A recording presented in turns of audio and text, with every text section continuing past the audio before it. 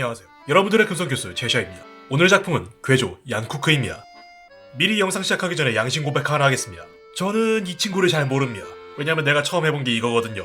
근데 이 모론 시리즈를 오래 온 사람들은 얘 보고 다들 교수라고 하더라고요.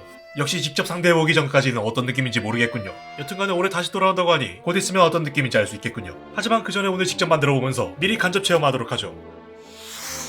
참고로 오늘 작품은 10점 만점에 2점짜리로 나도 한번 만들어보고 싶다 하시는 분들에게 강력 추천드립니다. 우선 몸매부터 만드는 것으로 시작하는데요. 여태 만들었던 작품에 비하면 근육량이 적은 편에 속해서 몸매를 잡을 때 몸체로부터 가장 가까운 근육만 만들어도 충분히 얀쿠크 특유의 몸매를 만들 수 있습니다. 그럼에도 어떤 느낌인지 잘 모르겠다면 머릿속으로 벨로시랩터를 떠올리면서 만들면 됩니다. 그럼 이제 꼬리부터 시작해서 비닐을 붙여줍니다. 오늘은 전체적으로 만드는 패턴이 일정한 편이라 설명도 간단하게 진행하겠습니다. 이렇게 오각형의 비닐을 끝부터 붙여가면서 일단 가슴까지 붙여줍니다. 참고로 가슴 부분은 색깔이 다르기 때문에 이 부분만 다르게 바꿔주면 됩니다. 이제 날개막을 붙여주고 다 붙인 다음엔 하루 말려줍니다. 날개는 특히 면적이 크기 때문에 작업하다 보면 무의식적으로라도 손에 닿기 때문에 완전히 굳힌 다음에 이어서 다음 작업을 하는 게 제일 좋습니다. 다시 꼬리로 돌아와서 이번엔 윗면을 붙여주는데요. 아랫부분과는 다르게 이번엔 타원형의 형태로 붙여줍니다. 특히 비늘 하나의 면적이 상대적으로 좁기 때문에 아래보다는 더 많이 붙여야 합니다. 그리고 엉덩이 근처까지 오면 양쪽으로 날카롭게 튀어나온 비늘을 조금씩 붙여줍니다. 물론 이걸 계속하는 건 아니고요. 딱 두 줄만 저렇게 만들어줍니다. 그리고 이후부터 비늘의 중심부가 산 모양이 되도록 한번 집어주면서 옆면까지 채워주면 몸체는 끝입니다. 다음은 다리를 할 차례인데요.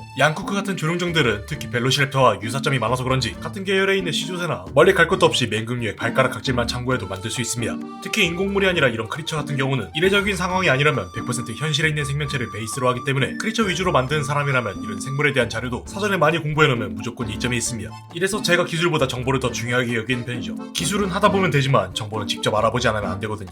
잡설을 하는 동안 벌써 다 됐군요. 그럼 바로 날개를 만들어 보도록 할까요? 날개 같은 경우는 근육을 따라서 붙여주면 되는데요.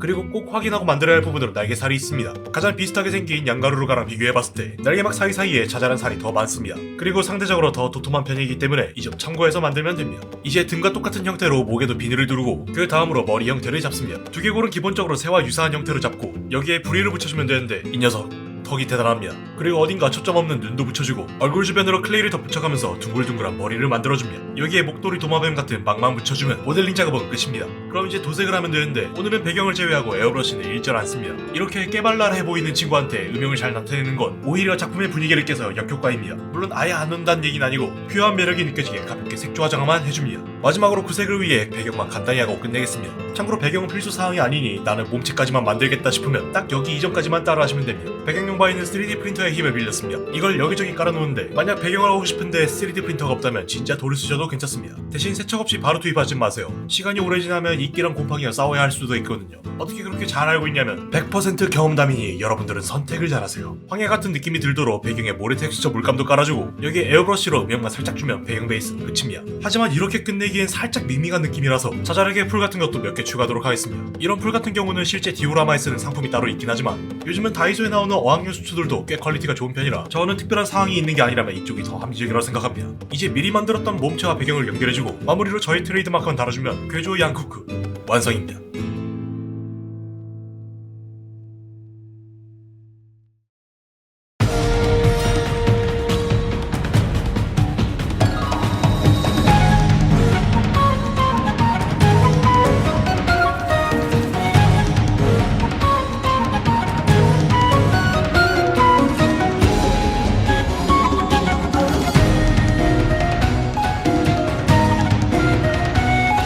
오늘 작품 괴조 얀쿠크가 완성되었습니다.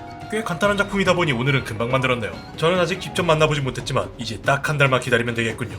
그럼 오늘의 영상은 여기까지입니다. 그럼 다음에도 더 멋있고 재밌는 작품으로 돌아오도록 하겠습니다. 영상 재밌게 보셨다면 구독과 좋아요 꼭 부탁드리겠습니다.